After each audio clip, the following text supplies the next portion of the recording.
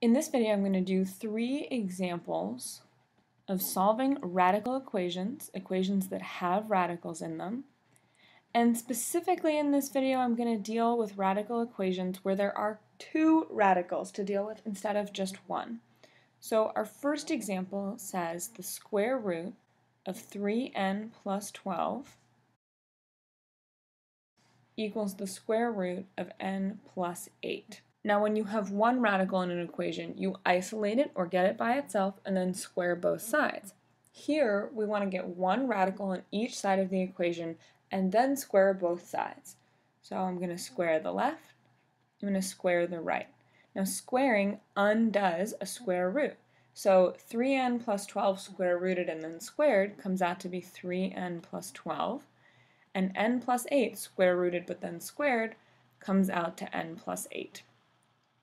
So now I'm just dealing with a linear equation that I need to solve for n. I'm going to subtract n from both sides. We'll get 2n plus 12 equals 8, because the n minus n there becomes 0. I'm going to subtract 12 from both sides to get that 2n equals negative 4. Dividing by 2 on both sides gets that n equals negative 2. We're going to plug our answer back into check because especially when we're dealing with radical equations, we can sometimes get extraneous solutions. So just anytime you're doing a radical equation, plug your answer back in, check to make sure that it's true. So we have 3 times negative 2 plus 12. Well, 3 times negative 2 is negative 6.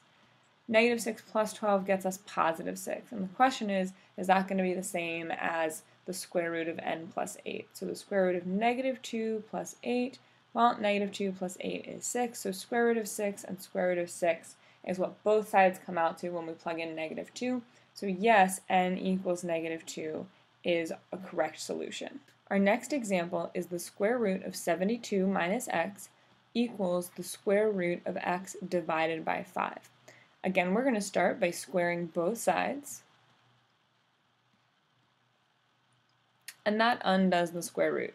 So the square root of 72 minus x squared is 72 minus x, and the square root of x divided by 5 squared is x divided by 5.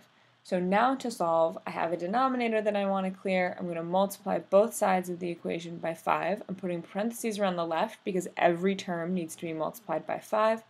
5 times 72, well, let's see, I know that 2 times 5 is going to get me 10, and 5 times 70 would get 350, because 5 times 7 is 35, but I'm multiplying by 70, so I get a total of 360.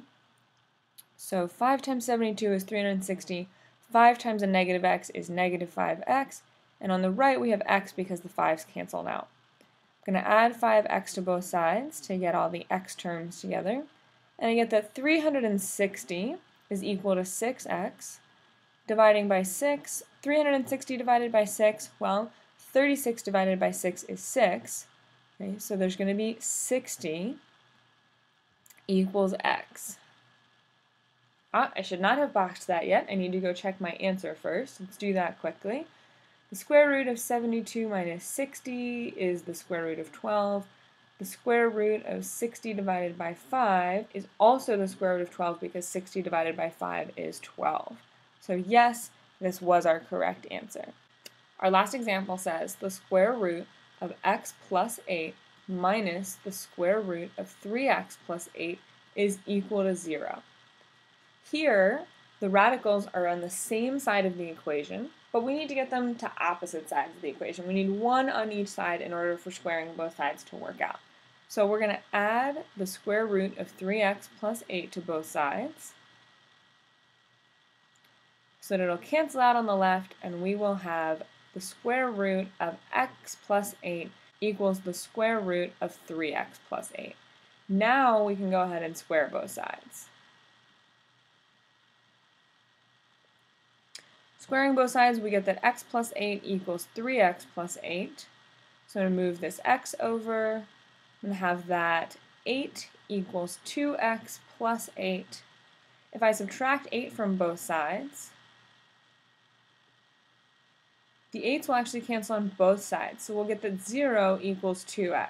Well, the only way you can multiply something by 2 and get 0 is if x was 0 to begin with. And so let's plug that back in and see if that works in our very original equation. So the square root of 0 plus 8 minus the square root of 3 times 0 plus 8 should all come out to 0. Well, the square root of 0 plus 8 is the square root of 8. 3 times 0 is 0, so this also comes out to the square root of 8. And yes, if I subtract the square root of 8 from the square root of 8, I'm going to get 0. So x equals 0 is our correct final answer.